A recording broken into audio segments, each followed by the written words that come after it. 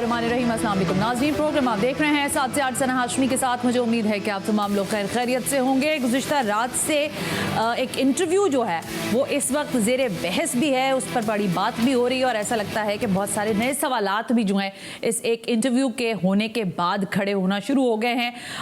हामिद मीर साहब हैं, ज़ाहिर एक सीजन जर्नलिस्ट हैं। उन्होंने साबिक सदर पाकिस्तान जनाब आसिफ अली जरदारी साहब को चेयरमैन पाकिस्तान पीपल्स पार्टी का जो है एक इंटरव्यू किया और इस इंटरव्यू के दौरान उन्होंने ज़ाहिर बहुत सारे सवालात किए जो इस वक्त मौजूदा सियासी अहवाल है उस हवाले से।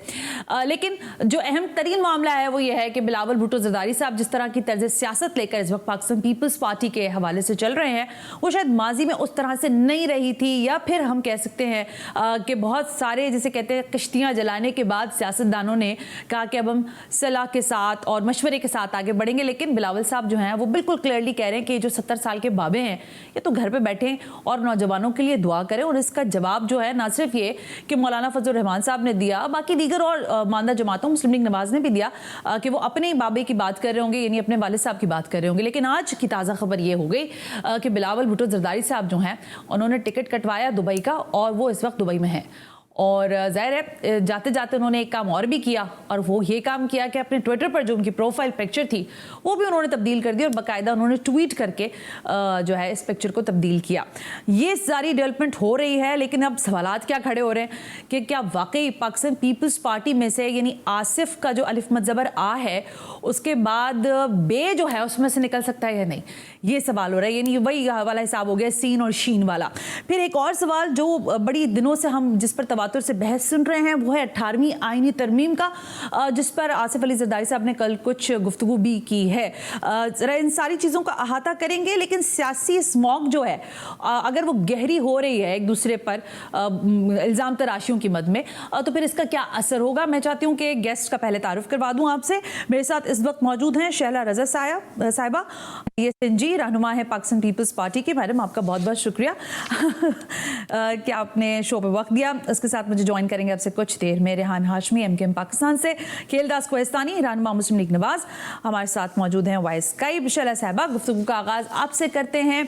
शैला साहब पहले तो ज़रा इस पर तबसरा या आपका तज्जिया या आपका क्या जवाब होगा कि ये बिलावल साहब जो है रातों रात इंटरव्यू के फ़ौरन बाद दुबई रवाना हो गए, कोई नाराज़गी हुई है या फिर कोई और वजह है? नहीं, नाराज़गी की भी कोई बात नहीं और इंटरव्यू में भी कोई ऐसी बात नहीं है जिसको ये रंग दिया जाए कि इख्तलाफ है।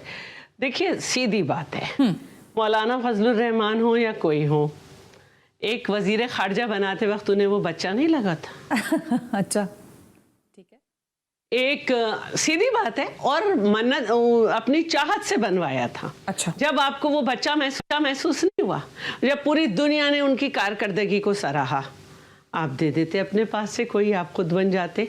जैसे आप जो है वो मखदूम अमीन फ़हीम को बनना था चेयरमैन सेनेट, लेकिन आप बन गए थे। ठीक है ठीक है, बनना तो उनको था ना। हाँ हाँ बिल्कुल। अब दूसरी बात जो है, चेयरमैन मुसलसल जो है ना वो तर्ज सियासत पे बात कर रहे हैं और तर्ज सियासत आपको नजर आ रही है कि आप मखसूस लोगों के साथ जिस तरह से बैठ गए, आपको जिस तरह से जो है सहूलतकारी हो रही है सियासतदान नवाज शरीफ साहब को, जिस तरह से वो गए, ख्वाजा आसिफ ने कहा जो लोग भेजते हैं उन्होंने भेजा, फिर जिस तरह से आए, जो उन्हें प्रोटेक्टेड बेल मिली जो कि कन्विक्टेड को नहीं मिलती, तो क्या तर्ज सियासत पे बात ना की जाए। चेयरमैन बिलावल भुट्टो, शहीद जुल्फ़कार अली भुट्टो ने जिस तरह हैदराबाद में 70s में कहा था कि मैं नौजवानों को दावत देता हूं कि नौजवान मुझे मेरे साथ आए तो हम पाकिस्तान के इक़्तिसादी ढांचे को चेंज करेंगे, हम उनके वलवले के साथ आगे बढ़ेंगे। चेयरमैन इस तरह वाहिद सियासतदान है जो ये कह रहा है। अब जो तजर्बे की बात है वो एक अलग है कि पाकिस्तानी सियासत में क्या तजर्बा है, तो तजर्बा अपनी जगह है कि तजर्बा जो है वो ये बता रहा है कि आप इस तरह की सियासत करेंगे तो आप मुश्किल में रहेंगे। मोहतरमा बेनज़ीर भुट्टो ने जो है वो जिस तरह सियासत की वो मुश्किलात में रहीं। चेयरमैन शहीद जुल्फ़कार अली भुट्टो मुश्किलात में रहे और लेकिन उन्होंने अपने लोगों को दिया। बेनज़ीर भुट्टो साहिबा का बड़ा थोड़ा वक्त था लेकिन missile technology the, IT introduce कराया और बहुत सारी इस तरह की हम बात करना चाहें। लेकिन क्या हुआ कि IJI बना दी गई उनके सामने, सियासत सियासतदान खड़ा कर दिया गया। मैं माजी की तरफ आपके कतल कलामी की माफी के साथ मैं माजी की बात करती हूँ, लेकिन अगर जरा हाल की बात करें ना, देखिए अगर बाहर से मौलाना फजलुर रहमान साहब अगर कहें कि भाई बच्चा है, MKM वाले कहें कि क्या पता बिलावल को सियासत का, या फॉर एग्जांपल मुस्लिम लीग नवाज कहे कि भाई ठीक है ये तो अभी की पौध है तो ये ऐसी बात करी, लेकिन उनके वालिद साहब खुद मांगे धौल कह रहे हैं कि ना तजुर्बेकारी है, टिकट देना मेरा काम है, बिलावल जिस तरह की सियासत कर रहे हैं एक शेर कहती हूँ, एक शेर में इरशाद अपनी महरूमी के एहसास से शर्मिंदा हैं, खुद नहीं रखते तो औरों के बुझाते हैं चराग। देखिए जहां तक जरदारी साहब जो हैं वो अगर बात कर रहे हैं, वो इस तजर्बे की बात कर रहे हैं जिस तजर्बे को उठाते हुए सियासत करते हुए वो यहाँ आए हैं। ठीक हो गया कि भाई पाकिस्तान में किस तरह की सियासत चल रही है और किस तरह से एक आदमी आधा रिजल्ट आने के बाद 9 बजे खड़ा होता है और कहता है मुझे 2/3 मेजॉरिटी चाहिए। किस तरह से RTS बिठा के रातों रात लोगों को जिता दिया जाता है। तो चेयरमैन बिलावल का ये कहना है कि यही तर्ज सियासत रही तो वजीर आजम इस तरह जाते रहेंगे। अच्छा। नौजवान नस्ल आगे आए और वो मेरिट पे इस तरह से अपने आप को आगे लाए, इसमें गलत बात क्या है? तो और आसिफ अली जरदारी साहब ने इस सेंस में कहा है, वरना मुझे सब ये बता दें कि ये जो 16-17 महीने की गवर्नमेंट थी इसमें इतनी अहम मिनिस्ट्री जिससे फ्रेंड्स ऑफ पाकिस्तान आपकी तरफ मुतवज्जे हुए, क्योंकि IMF का माहिदा तोड़ने के बाद फ्रेंड्स कंट्री आपकी तरफ देख नहीं रहे थे। ठीक हो गया। फैटफ के अंदर जो है वो मामला सीधे किए गए, तो ये सारी बात है। आपका आर्गुमेंट आ गया, बिल्कुल ठीक हो गया। देखा जा रहा है, मैं बिल्कुल ठीक है, मैं आपका आर्गुमेंट आ गया, इसी को लेके फिर आगे चलते हैं। खेलदास कोहिस्तानी साहब, देखिए गुज़िश्ता रोज के इंटरव्यू की तो बाज़गश जो है सो है। रेहान आपको वेलकम करते हैं शो पे, थैंक यू वेरी मच कि आप तशरीफ लाए। खेल साहब से बात जरा मैं कंटिन्यू करूं। खेल साहब, तर्ज सियासत की बात कर रही है शैला साहबा, फिर गुज़िश्ता रोज का एक इंटरव्यू आसिफ अली ज़रदारी साहब का जो है वो बड़ा ज्यादा इस वक्त हर जगह जुबान ज़द आम है। ये मुझे फरमाएं कि आपको लगता है कि जो बिलावल साहब दुबई गए हैं ये बाबा से नाराज होकर गए हैं या सारे बाबों से नाराज होकर गए हैं जो 70 साल के हैं और उनको उनकी सियासत नहीं करने दे रहे? देखें, बिलावल भुट्टो साहब दुबई गए हैं, ये उनका जाती मामला है। ठीक हो गया। अगर वो घर पार्टी के अंदर कोई इख्तलाफ है तो ये भी उनकी पार्टी का अंदरूनी मामला है। अच्छा। हम बिलावल साहब काफ़ी वक्त से हमारी क़यादत पे, हमारी पार्टी पे तनकीद कर रहे हैं, मगर आपने देखा कि हमारी क़यादत की तरफ से ना हमारी तरफ से इस तरह की जिस तरह वो बात कर रहे हैं जवाब नहीं आ रहा है। ठीक हो गया।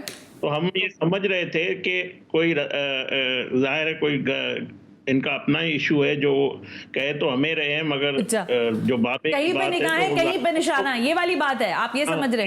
ये गुफ्तगू पहले हम कर रहे थे कि ये अपने वालिद को, पहले तो उनका वालिद जो उनकी भी उम्र 70 साल है, तो आज साबित हो गया कि बिल्कुल वो अपने घर पे ही निशाना बनाया हुआ था। अच्छा। मगर हम उन पे सियासत नहीं करना चाहते इनके ताल्लुकात या इनकी पार्टी के अंदरूनी मामलात पे। ये इनका जाती पार्टी का मामला है। हम 90 की सियासत में नहीं जाना चाहते। हम पीपल्स पार्टी की सियासी मुखालफत करेंगे, उनकी पॉलिसीज पे मुखालफत करेंगे, मगर उनकी ज़ात पे बात नहीं करेंगे। दूसरी बात जो शैला साहबा मेरी बहन है कि ये तर्ज सियासत मुस्लिम लीग नून की उस पर कर रही है, तो 15 साल में जो तर्ज सियासत सिंध की अवाम में देख रही है, सिंध के लोग देख रहे हैं कराची से कश्मीर तक, और जो एहसास महरूमी सिंध में है वो भी सबके सामने, पाकिस्तान के सामने। हम तो बार बार इनको कहते हैं आप जाएं पंजाब में, पंजाब की आवाम को जाके क्या बताएंगे? क्या हम सिंध को पंजाब को सिंध जैसा बनाएंगे, लाहौर को क्या कराची जैसा बनाएंगे? बिल्कुल इनके पास बयानियां नहीं है। आजकल जो खेल साहब आपने झप्पियां डाली हुई हैं कराची के कुछ दोस्तों को अपने। तना हाशमी साहबा, देखो मैंने पहले कहा हम इन पे सियासी बात नहीं करेंगे, मगर एक बात मैं जरूर इनको याद दिलाऊंगा, जो नून से शीन निकालते थे, आपने भी कहा, ये कहते थे कि शहबाज शरीफ का बयानिया अलग है, मरियम नवाज साहबा, मियां नवाज शरीफ साहब का बयानिया अलग है। अब वक्त मुकाफात अमल देखो, बयान एक ही पार्टी से, एक ही घर से आ रहे हैं, एक तरह की सियासत की बात कर रहे हैं, दूसरा दूसरी के कर रहे हैं। शैला साहबा को मैं पूरा टाइम दूंगी शैला इस पर बात करने के लिए। मैं ठीक है, मैं इसका जवाब देना चाहती हूँ। तवक्कुफ कीजिएगा शैला, मैं जरा रेहान को थोड़ा शामिल गुफ्तगू करूं, फिर आपकी तरफ आती हूँ, पूरा जवाब दीजिएगा, आपको एम्पल टाइम मिलेगा। आज आपकी एक और मीटिंग थी रेहान साहब, MQM के लोगों की, मुस्लिम लीग नवाज और JUIFA और बाकी सारी ANP और मानदा जमातों के साथ, ये जो आप लोगों की मोहब्बतों की डोर दराजी होती जा रही है, आपको लगता है कि पाकिस्तान पीपल्स पार्टी का जो गुज़िश्ता रोज का उनके को चेयरमैन का इंटरव्यू है, उससे आपको थोड़ी एक और मतलब रिलीफ मिला है कि अच्छा है जरा चकपलिश बढ़ती रहे और यहाँ हम अपनी पींगे बढ़ाते रहे इत्तेहादियों के साथ? बिस्मिल्लाहिर्रहमानिर्रहीम। देखें, MQM पाकिस्तान वाज़े तौर पर एक मौक़िफ़ पर यकीन रखती है कि मुफ़ाहमती और इत्तेफ़ाक़ राय को हमवार करना, और उसमें MQM पाकिस्तान के वो मुतालबात, वो चार्टर ऑफ डिमांड जो कि मुख्तलिफ़ पॉलिटिकल पार्टीज़ जिसको विटनेस करती रही हैं, साइन करती रही हैं, इंडोर्स करती रही हैं, और इक़्तिदार में आने वाली किसी भी पॉलिटिकल पार्टी के साथ आइनी तरामीम के मामलात हों, या नेशनल फाइनेंस को प्रोविंशियल फाइनेंस से मशरूत करना हो, या 18वीं तरमीम में अगर कहीं रद्द बदल की ज़रूरत है या तख़फ़ीफ़ व तरमीम की ज़रूरत है, तो इस जैसे मामलात की ज़रूरत हो, तो इसलिए ये इत्तेहाद हो रहा है। ये इत्तेहाद बुनियादी तौर पर ये तो इत्तफाक़ राय है, इत्तेहाद कह लें, इत्तफाक़ राय कह लें, मुफ़ाहमत कह लें। बदकिस्मती ये है कि मुफ़ाहमत के हवाले से मारूफ शख्सियत ज़रदारी साहब रहे हैं, अभी भी होंगे यकीनन, लेकिन काश कि वो इस मुफ़ाहमती अमल में MQM के इस चार्टर ऑफ डिमांड के ऊपर कुछ ना कुछ अमल पैरा होते या कोई पॉजिटिव रिस्पांस होता तो बहुत अच्छी बात थी। आपने ये बात कह दी है ना, अब आप रुक जाए, मैं आपको वो शॉट दोबारा सुनवाती हूँ जिसमें जरदारी साहब ने कहा भी, मैं आपको सुनवा देती हूँ अभी, लेकिन मुझे ये बताएं कि वो कल के इंटरव्यू में उन्होंने कहा बबांगे दोहल कि इन्होंने हमसे गवर्नरी मांगी, हमने इनको दी, इन्होंने हमसे वजारतें मांगी, हमने इनको दी, और हर दफा MQM के चार्टर ऑफ डिमांड को कंप्लिश करके उनको दिया है, लेकिन ये फिर भी हर दफा इधर उधर चले जाते हैं। सिर्फ एक चीज ऐड कर दूं, देखें 2013 से पहले पीपल्स पार्टी के साथ MQM का इत्तेहाद था, हम हुकूमत छोड़कर पीछे हट गए थे, आना जाना लगा रहा, लोगों ने बहुत बातें भी बनाई। उसकी वजह ये थी कि एक जो चार्टर ऑफ डिमांड थी वो पूरी नहीं हुई। उसके बाद फिर हम अपोजिशन में बैठे, गवर्नरशिप आपने मांगी नहीं, कहाँ मांगी? नहीं मांगी, मैं आपको बता रहा हूं, थोड़ा ब्रीफ ओवरव्यू दे दूं। फिर उसके बाद 2013 में मुस्लिम लीग नून थी इख्तिदार में, हम अपोजिशन में बैठे थे, और उसके बाद फिर PTI से जब इल्हाक हुआ, उसमें चार्टर ऑफ डिमांड सरेआम आई, और उसमें क्या क्या चीजें थी, उसमें कराची पैकेज के मामलात थे जिसमें 1100 पुरानी बात हो गई ना, और इसमें क्या था, इसमें क्या लिखा हुआ था कि हमें सीटें चाहिए, और आज भी अगर PDM के साथ हमारा इत्तेहाद होने को जा रहा है, इत्तेफाक राय हो रही है, तो उसमें सीट की तो कहीं पर भी बात नहीं है भाई। और दूसरी चीज, अगर देखें कोई इत्तेहाद करना चाहता है ना, इत्तेफाक राय क्या है, आज मैं यहाँ पर आपके प्रोग्राम में बैठ के कह रहा हूँ कि पीपल्स पार्टी ऐलान कर दे कि कोटा सिस्टम खत्म करेगी, पीपल्स पार्टी ऐलान कर दे कि प्रोविंशियल फाइनेंस कमीशन को मशरूत कर देगी NFC के साथ, पीपल्स पार्टी ऐलान कर दे कि तकरीबन 10 साल से जो पैसे कराची और अर्बन सिंध के रोके हुए हैं प्रोविंशियल फाइनेंस कमीशन के, वो देना शुरू कर देगी। पीपल्स पार्टी ऐलान कर दे कि दुनिया के किसी भी मुहज़्ज़िब मुआशरे की तरह आर्टिकल 140A का इतलाक, यानी कि बल्दियाती इदारों के पास जो बल्दियात होनी चाहिए वो है, हालांकि हमारे पास मेयर नहीं है, हमारे पास बल्दियात नहीं है, आप ही के पास है। डेवोल्यूशन ऑफ पावर है, यूनिवर्सिटी का क़याम है, तो हम पीपल्स पार्टी के दोनों हाथ से सलूट क्यों ना करें? सर, मैं अभी जरा शैला साहब से पूछ लेती हूँ, कितने कितने मौके आए सल्यूट करने के और आपने हाथ मिलाया और आप चलते बने, जरा इस पर बात करेंगे। कहा जा रहा है, ब्रेक से वापस आते हैं तो 18वीं आईनी तरमीम में तखफीफ की बात उठाई है रेहान साहब ने, होता है तो पीपल्स पार्टी का मौकिफ क्या होगा, और क्या Muslim League Nawaz charter of demands जो पेश कर रही है MQM पाकिस्तान, वो समझती है कि वो उसको फुलफिल कर सकती है या नहीं? इस ब्रेक के बाद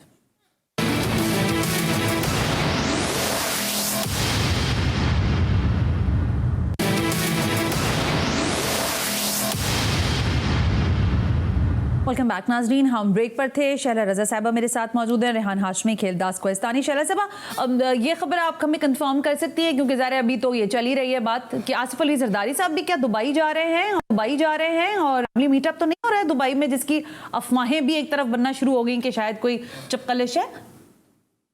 अच्छा, मैं ना पहले दोनों की बातों का भी जवाब दूंगी और ये भी करूंगी। देखें, सियासत बाबे नहीं करने दे रहे, बाबे वजीर खारजा बनने दे रहे थे। अच्छा, अगर जरदारी साहब को एतराज होता तो वो कहते मैं वजीर खारजा बनूंगा, मेरा ज्यादा तजर्बा है। वो जिस तजर्बे की बात कर रहे हैं वो अलग है। उन्होंने ये बात की कि इस 16-17 महीने की गवर्नमेंट में मैंने कहा कि शुगर हमारे पास एक्स्ट्रा मौजूद है, इसको जो है एक्सपोर्ट करो, लेकिन नून लीग वालों ने नहीं मानी, वो इसमागिल हो गई। ये तनकीद तक उन्होंने की है। और चेयरमैन कौन सी गैर सियासी तनकीद कर रहे हैं खेलदास साहब, ये आपको पता होना चाहिए कौन सी गैर सियासी तनकीद कर रहे हैं। वो जो सहूलतकारी है उससे आप किसी भी वकील को उठा के पूछ लें, आप किसी से भी पूछ लें, JUI के आप कामरान मुर्तज़ा से पूछ लें। तो जो चेयरमैन कह रहे हैं वो बिल्कुल दूसरी बात कर रहे हैं, और जरदारी साहब जो हैं वो यही बात कर रहे हैं कि जो कुछ हो रहा है उसमें बिलावल तजर्बेकार नहीं है, क्योंकि उसका ही शिकार बीबी साहिबा हुई कि सियासतदानों को खड़ा कर दिया गया, सियासतदान बना के खड़ा कर दिया गया। कभी ज़ियाउल हक ने MQM बनाई, सिंध में जो है उसने मुस्लिम लीग फंक्शनल बनाई, और उधर जनरल जिलानी ने जाके नून लीग बनाई। कि किस तरह ट्रू सियासतदानों का रास्ता रोका जाता है, इसका बिलावल को तजर्बा नहीं है। दूसरी बात आपने कही कि हम जो हैं वो सिंध की कारकर्दगी, भाई हम सिंध की कारकर्दगी पे ही लड़ रहे हैं। आपके पास तो पंजाब की बहुत बड़ी कारकर्दगी है ना, सिंध में आप कहाँ हैं? अंडा बटा अंडा। हम तो फिर भी कहीं ना कहीं हैं। आप क्यों नहीं अपने पंजाब की कारकर्दगी में सिंध में सीटें लेते? ठीक है, कहाँ हैं आप? ठीक आ गया। हमने तो मोहतरमा की शहादत के बाद पंजाब में कहीं ना कहीं नजर आ रहे हैं। तीसरी बात जो है वो मैं ये कहना चाहूंगी कि आपने कहा कि बहुत सारे देखिए, आप किसी से भी इस वक्त नौजवानों से पूछें, वो चाहते हैं कि पाकिस्तान में जो सियासत हो उसमें ये ना हो कि इलेक्टेबल्स जो हैं वो सिर्फ इस बुनियाद पे कि वो अपनी बरादरी में बढ़े, जहाँ बैठेंगे वहाँ पे वोट डल जाएगा, वो इसकी मुखालफत करेगा। अच्छा, जो दूसरी बात है, अब वो मैं आपसे ये कहूँगी कि शेड्यूल देख लें। रोज़ाना शेड्यूल आ रहा था कि कल इधर जलसा है, परसों उधर है। नहीं है कोई जलसा, उनका अपना कोई प्रोग्राम होगा। अब MQM की मैं बात करती हूँ। देखिए, एक तो रेहान मेरा भाई है, छोटा भाई है।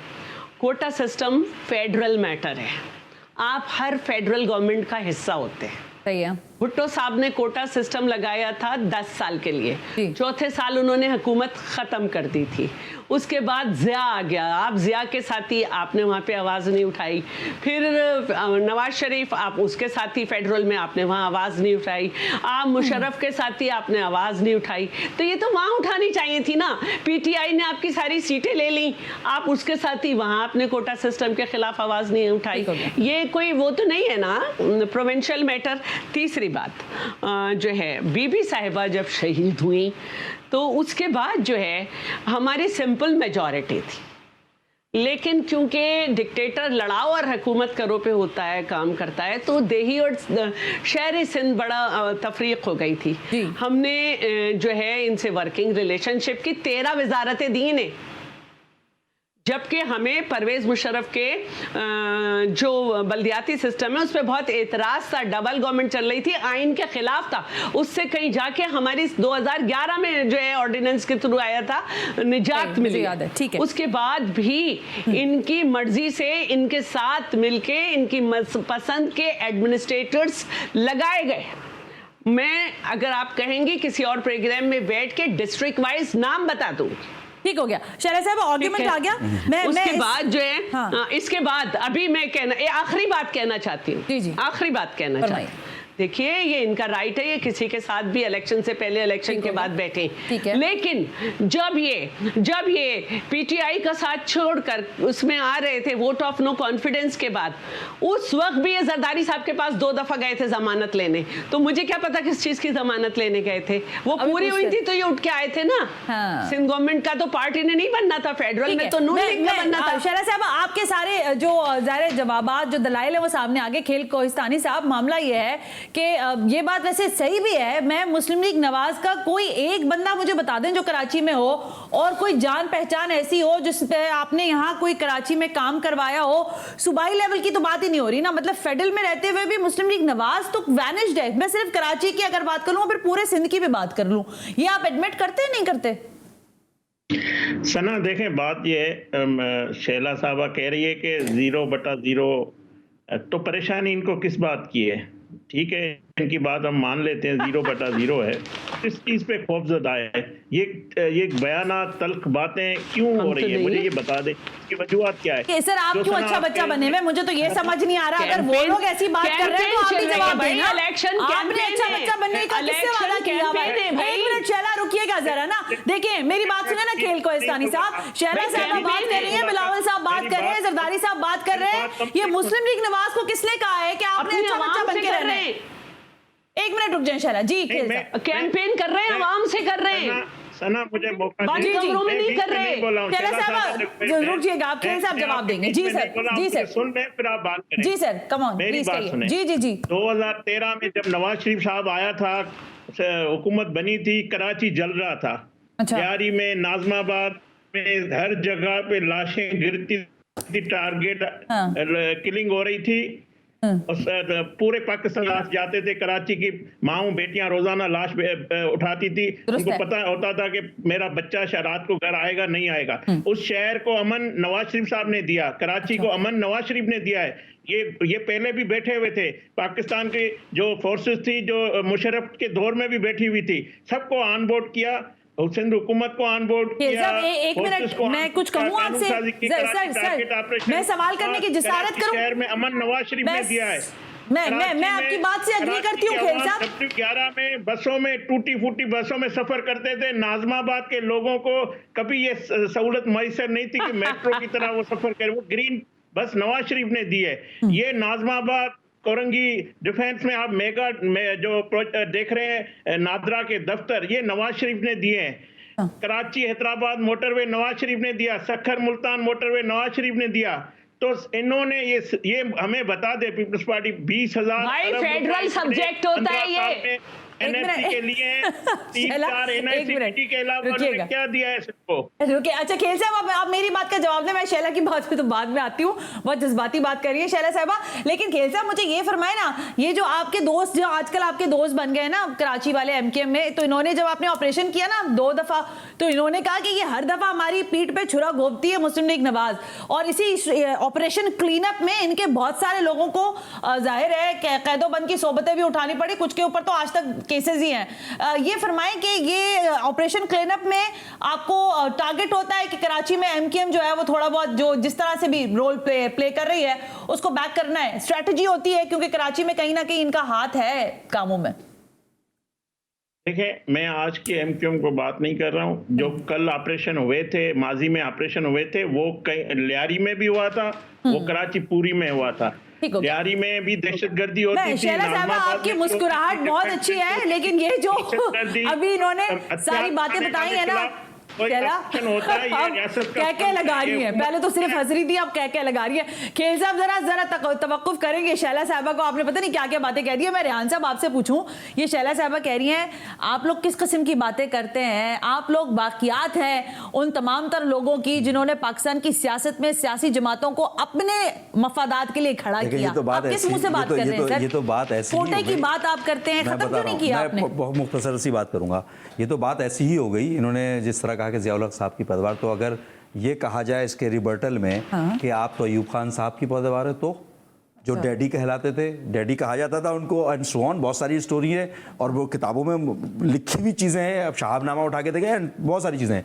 अच्छा, एमकेएम जो है ना, अभी बात हो रही थी बाप बेटे के रिलेशनशिप की, तो एमकेएम मोरूसी सियासत के खिलाफ है। आप नौजवानों को उस वक्त मौका देंगे ना जब आप मुसल्लत जो सियासी जो पॉलिटिकल एलीट है वो मुसल्लत हुआ हो, और जब मोरूसी सियासत हो, क्या कोई किंगडम चल रही है, कि मोनार्की चल रही है, कोई बादशाह चल रही है, तो एक जाए तो दूसरा है। ये हमारा एक स्टांस है। आप बिलावल साहब और आसिफ अली ज़राई साहब के लिए मैं किसी भी पॉलिटिकल पार्टी की बात कर रहा हूं जहां पर मोरूसी सियासत है पॉलिसी के तौर पर। अच्छा, अब जो गिवन सिचुएशन है उसमें रहते हुए क्या कर सकते हैं? इन्होंने एक और चीज की, नहीं ये मुझे पहले जवाब दें, ये आपने कोटा क्यों नहीं खत्म कराया, पीटीआई के दौर में क्यों नहीं करवाया, उससे पहले क्यों नहीं करवाया? क्या इन तमाम कहानी के स्टोरी में जो फ्रेज अप किया गया है उसमें क्या पीपल्स पार्टी के साथ हमारा इत्तेहाद नहीं था? हाँ, था। अगर इत्तेहाद था तो पीपल्स पार्टी से हम दूर क्यों हुए? पीपल्स पार्टी ने इंप्लीमेंटेशन क्यों नहीं की? पीपल्स पार्टी रिलक्टेंट क्यों है? कोई एक स्टेटमेंट दिखाए पीपल्स पार्टी के किसी भी लीडरशिप का जो ये कहे नेशनल टीवी पर आकर कि हम कोटा सिस्टम एबॉलिश करने के अच्छा, फेवर ठीक में है। कोई अच्छा। एक स्टेटमेंट दिखाएं जिसमें कहे कि प्रोविंशियल फाइनेंस कमीशन जो अच्छा, सिंध के लेकिन लोगों को हाँ। कराची को हैदराबाद को नहीं दिया गया है 10 सालों से, वो अब हम देना शुरू करेंगे। कोई एक स्टेटमेंट दिखाएं कि अर्बन सिंध में शहरी इलाकों में यूनिवर्सिटी का कयाम अमल में लेकर आएंगे। कोई एक स्टेटमेंट तो दिखाए ना, ताकि हमको भी शुक्रिया का मौका दिया जाए। शैलाबाजी मेरे लिए इंतहाई काबिल एहतराम है, मैं बड़े वसद एहतराम, और लेकिन बहुत सारी चीजें इस तरह की है ना जो पॉलिसी के ऊपर है। अच्छा, हमें आपके इंटेंट के ऊपर शक है। अच्छा। आपका इंटेंट जो है वो मुनासिब नहीं है शहरी सिंध की जानिब। उस इंटेंट की जो गम्माजी करती है वो आपकी पॉलिसी कर रही है। उस पॉलिसी की दुरुस्तगी बहुत जरूरी है। सिमत का तयन करना बहुत जरूरी है। 18वीं तरमीम की भी बात है। देखिए एक और चीज, आखिरी चीज, 18वीं तरमीम डेवोल्यूशन ऑफ पावर सूबों को इसलिए दिया गया था, उसकी रूह ये थी कि सूबा फर्दर उसको डिस्ट्रिक्ट लेवल पर और शहर तक डिवॉल्व करे। ऐसा नहीं हुआ ना।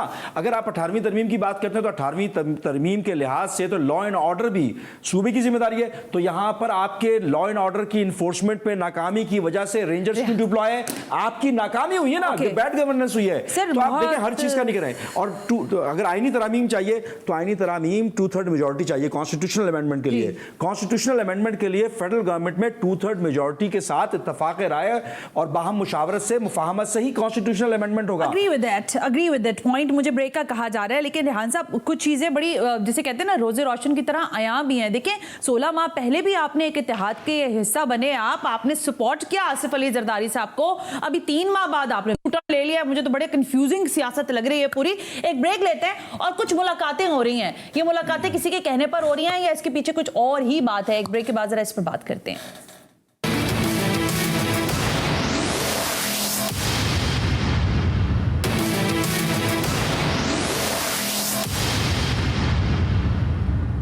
वेलकम बैक नाजरीन। हम ब्रेक पर थे। शैला साहबा मेरे साथ हैं, Rehan Hashmi, Kheldas Kohistani. Thank you again. Shaila साहबा पहले तो ज़ाहिर मैं ये आपसे जानना चाह रही थी, ये सवाल मेरा अपना सवाल है, किसी और का या कहीं मैंने सुना नहीं इस चीज़ को, लेकिन देखिए पाकिस्तान की सियासत जो है उसमें हम इस सियासत को या इस तर्ज हुकूमत जो भी आप कह लें उसको तख्ते मश्क तो नहीं बना सकते कि हर नया आने वाला जो है उसमें आए और आकर हुकूमत बनाए और फिर सारी चीज़ें ऐसे चले। कुछ लोगों का ये कहना था कि बिलावल भुट्टो जरदारी साहब अगर कह रहे हैं कि सारे बाबे घर बैठें और नौजवानों को आगे जाना चाहिए, तो फिर नौजवानों में इतनी कैपेसिटी भी होनी चाहिए कि वो रन कर सके। बिलावल साहब का कोई तजुर्बा नहीं है इस हवाले से। आप समझती हैं कि मुल्क को तख्ते मश्क नहीं समझना चाहिए?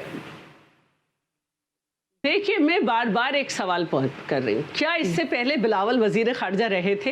जी नहीं, लेकिन पूरी दुनिया से उनकी कारकर्दगी को सराहा गया। क्या जुल्फकार अली भुट्टो उससे पहले वजीर आजम रहे थे? नहीं। क्या बीबी साहिबा पहले वजीर आजम नहीं थी? नहीं, लेकिन 2 दफा बनी और बनती हैं। अगर उनको इस तरह शहीद ना किया जाता, ठीक है, तो जब कोई नया डॉक्टर या सर्जन बनता है तो आप ये कहते हैं कि मैं नौजवान के पास नहीं जाऊंगा, आप उसकी डिग्री देख के उसके पास जाते हैं। और उन्होंने अपनी सलाहियत से साबित किया। उन्होंने ये नहीं कहा सारे बाबे घर बैठ जाएं। इस तर्ज सियासत वाले जो डील कर रहे हैं, जो अवाम में नहीं जा रहे, जो अपने आप को खामा जिला वतन कह रहे हैं, गए थे इलाज कराने 4 महीने के लिए, आए वापस अपनी मर्जी से, लेकिन कह रहे हैं हम जिला वतन है, रो रहे हैं, तो उन्हीं की बात कर रहे हैं। अब जो बात है कि जीत, पहले मैं लाइन से मैंने हर पॉइंट आपके सामने रखा है। देखिए हमें बिल्कुल परेशानी नहीं है MQM से नून लीग का इत्तेहाद अगर हो रहा है, ठीक है, हमें नहीं है। ओके, इन्हीं के लोग बल्कि छोड़ के हमारे पास आ रहे हैं जिनके घरों पे ये बात आपने सही मुझे याद दिलाई। मुजम्मिल कुरैशी चले गए, सैफ यार खान चले गए। अच्छा, दूसरी बात ये है, हाँ देखिए मेरी बात पूरी होने दे, मेरी बात पूरी। जब हमने कराची संभाला तो दुनिया में 6ठे नंबर पे खतरनाक तरीन शहर था, हमने उसको 136 पे पहुंचाया है। अब ये बात इनकी मैं करूं, इन्होंने कहा कि कराची में क्या हो रहा था। आप ऑपरेशन किसके खिलाफ कर रहे थे? मेरे खिलाफ तो नहीं कर रहे थे, मेरी पार्टी के। अब जो आखिरी बात है वो ये थी कि जो एक शोर मचा कि कराची को आर्मी के हवाले किया जाए, ये MQM ने मचाया था। उस पे नवाज शरीफ साहब आए और उसके बाद सारी जमातें बैठी, वहाँ किसी ने सांस नहीं निकाला कि किसके हवाले किया जाए। और ये बात की गई कि मजीद रेंजर्स के ऑपरेशन को वसी किया जाएगा, CM कप्तानी करेंगे और पुलिसिंग के थ्रू ये होगा। नहीं, प्लीज मुझे सबके जवाब देने में जल्दी। अच्छा, स्पीड बढ़ाती हूँ, स्पीड बढ़ाती हूँ। और लॉजिस्टिक सपोर्ट फेडरल गवर्नमेंट करेगी। फेडरल गवर्नमेंट ने कोई लॉजिस्टिक सपोर्ट नहीं की। MQM ने कहा कि वजीर आजम आए थे नशिस्तन गुफ्तन बर्खास्तन। तो ये तो हो गया इनका सब जवाब। 12 बिलियन की आपने मेट्रो दी, मेट्रो फेडरल सब्जेक्ट है जनाब, प्रोविंशियल गवर्नमेंट नहीं बनाती। और रेहान बैठे हुए वो बताएंगे कि फॉल्टी उसका क्या कहते हैं प्रोजेक्ट था, क्योंकि ये फेडरल से वो लेकर आए थे, जमीन में सुराख करने पड़े, वो बहुत अरसे में मुकम्मल हुआ। बस चलाने की हमारी जिम्मेदारी थी, जब मुकम्मल हुआ हम चला रहे हैं। अच्छा, अब मैं इनकी बात कर लेती हूँ, रेहान की। देखिए, हमारी गवर्नमेंट ने एनएफसी किया, हमारे अलावा किसी ने नहीं किया। अच्छा, हमारे अलावा किसी ने नहीं किया। हमारे सूबे में बल्दियाती हुकूमतों की मुद्दत पूरी हुई, हमारे अलावा कहीं की नहीं हुई। लग रहा है कि वाकई पीपल्स पार्टी ने बड़ा दबा के काम किया है। शैला, रुकिएगा, जिस तरह से आप काम गिनवाना शुरू हो गए, मुझे लग रहा है प्रोग्राम कहीं से कहीं निकल जाएगा। रेहान साहब, वक्त कम रह गया, मैं रैपिडली आपको एक तस्वीर दिखाती हूँ, क्योंकि पिछले दिनों बड़ी चमगोइयां हो रही थी। एक मुलाकात है जिसमें आपके गवर्नर कामरान टसौरी, बिलमुकाबिल तो नहीं कह सकती, लेकिन दाएं और बाएं, सबर कर लें, तस्वीर चलाएं पहले। आसिम साहब, जो डॉक्टर आसिम, मशहूर जमाना पाकिस्तान पीपल्स पार्टी, आसिफ जरदारी साहब के राइट हैंड भी माने जाते हैं, दोस्त भी हैं, और खुद बनफ्से नफीस आसिफ अली जरदारी साहब। अब ये 1936 की तो तस्वीर हो नहीं सकती। एक मिनट, हाँ जी, रेहान का मौक़िफ़। एमक्यूएम के नॉमिनेटेड गवर्नर, क्या एमक्यूएम के नॉमिनेटेड गवर्नर जरूर हैं, लेकिन गवर्नर जो पोस्ट है, जो डेजिग्नेशन है, जो ओहदा है, वो सबसे मिलेगा, क्यों ना मिले इनसे। और बेहतर जवाब तो ये गवर्नर साहब ही देंगे। जो हमारी अंडरस्टैंडिंग है और जो आइन कहता है कि गवर्नर को सबसे नहीं, ये गवर्नर जो है, आपके साथ कोई हाथ तो नहीं हो रहा कि एमक्यूएम इधर वाली भी चल रही है, उधर वाली भी चल रही है। शैला कुछ कहने लगी, गवर्नर साहब से आना शुरू हो जाती है बातों से। बात ये क्या शैला, मैं आ रही हूँ, गवर्नर साहब से पूछे ना आप, लेकिन गवर्नर का आइन सबसे मिलेगा। भाई, आपको नहीं पता आपके गवर्नर किधर जा रहे हैं? गवर्नर को हर जगह जाना चाहिए। अच्छा, हर पॉलिटिकल पार्टी से मिलना चाहिए, हर पॉलिटिकल एंटिटी से मिलना चाहिए। डॉक्टर आसिम साहब, इनके बारे में कहा गया कि वो एमके लंदन से मिले हैं जाकर, आपको पता है ये बात? फेडरल मिनिस्टर हैं, गवर्नर की सवाबदीद है, जिससे चाहे मिले, पॉलिटिकल लीडर से मिल रहे हैं, मेरा ख्याल है कोई इसमें मुजाहिका नहीं है। यहाँ पर तो लोग नॉन स्टेट एंटिटी से मिलते रहे, ये तो गवर्नर है, गवर्नर इंपॉर्टेंट पोस्ट है। मैं आपको लग रहा है कि ये, मैं आ रही हूँ शैला, आपका मौक़िफ़ ले लूंगी। खेल साहब, आपको लग रहा है कि इनके जो गवर्नर है एमकेएम वालों के साथ आप हाथ मिला के कहीं गड़बड़ा, कोई आगे की कोई नई चाल तो नहीं आपको लग रही? फिर आप उनका नॉमिनेटेड गवर्नर है, गवर्नर सबका है। बात कर रहे हैं आप, गवर्नर पोस्ट सबकी है भाई, सही है, किसी एमकेएम का गवर्नर थोड़ी हुआ, ठीक है ना। चल जी, खेल साहब।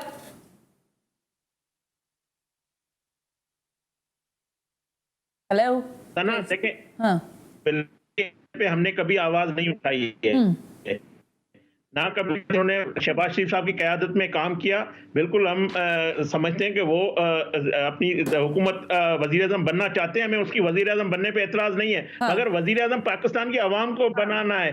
तो ये जो इनकी चीखें हैं या जो पुकार है, ये किसके सर्व कर रहे हैं, या ये क्या सिलेक्टेड बनने चाहते हैं? और वक्त से पहले अगर इन्होंने वज़ीर-ए-आज़म की शेरवानी बनवा ली है, और ये वज़ीर-ए-आज़म अवाम इसको फैसला दे चुकी है कि 21 अक्टूबर को जो बड़ा तारीखी जलसा हुआ है, इनको नजर आ रहा है कि हम इलेक्शन नहीं जीत सकेंगे, और ये शिकस्त तस्लीम कर चुके हैं। लेकिन शेरवानी एक ही जगह तैयार हुई है, तो दूसरी जगह इतनी क्यों शादियाने बजाए जा रहे हैं कि अगला वज़ीर-ए-आज़म जो है वो नवाज शरीफ साहब ही होंगे?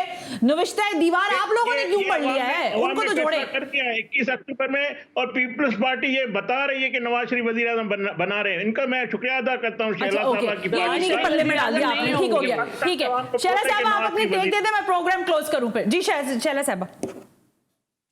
बस एक तो मैं इनका जवाब दे रही हूँ, नवाज शरीफ वज़ीर-ए-आज़म नहीं होंगे। दूसरा मैं ये कह रही हूँ कि एनएफसी ना नवाज शरीफ ने किया और ना ही पीटीआई ने किया, एमक्यूएम दोनों के साथ रही। दोनों ने फेडरल ट्रांसफर में हमें पूरे पैसे नहीं दिए, एमक्यूएम उनके साथ रही। 18वीं तरमीम हम ख़त्म होने नहीं देंगे। तीसरी बात यह है कि ये मैं इन्हें बता दूँ कि ये शायद सिंध असेंबली का बजट नहीं पढ़ते। बाकायदा 2 दफ़ा वादा किया गया है कि हम PFC करेंगे, लेकिन ये फेडरल में बैठ के हमें पैसे ही नहीं दिलवाते उन हुकूमतों से। सिर्फ हमारी पैसे आपको आगे, आप तो बजट हो कह रहे ना, लेकिन मेरे पास जो इतना है वो ये कि फेडरल गवर्नमेंट इनको पूरे पैसे देती है। मरियम साहिबा खामोश बैठी है और हमारी कैंपेन से इनको चीखें निकल रही है। ठीक हो गया शैला, वज़ीर-ए-आज़म बन गए, अभी तो उनके मुकदमे भी नहीं चले। जी, the heat of election is going on। Kheldas Shaila रजा, बहुत शुक्रिया शैला साहब। वज़ीर-ए-आज़म बन गए, अभी तो जैसे जिला वतन बनना है वज़ीर-ए-आज़म बन गए। ये जो शेरवानी आप लोगों ने बनवाई है ना, मेरा ख्याल है कि इसको थोड़ी देर जरा संभाल के रखें। शेरवानी पहन के, अब शेरवानी जरूरी नहीं है कि पहन के वजीर आजम का हलफ उठाया जाए। असल बात यह है कि जनाब आप जिला वतन नहीं थे। अच्छा शैला, बाहर गए हुए थे इलाज कराने और इलाज मुकम्मल करा के नहीं आए हैं, तो जैसे आप जिला वतन कह रहे हैं ऐसे वजीर आजम भी समझ रहे हैं अपने आप को। वेल शैला का आर्ग्यूमेंट है। आप लोगों का बहुत बहुत शुक्रिया Shaila Raza, thank you very much. Kheldas Kohistani, Rehan Hashmi, thank you very much. आज के प्रोग्राम से सना हाशमी को अल्लाह हाफिज।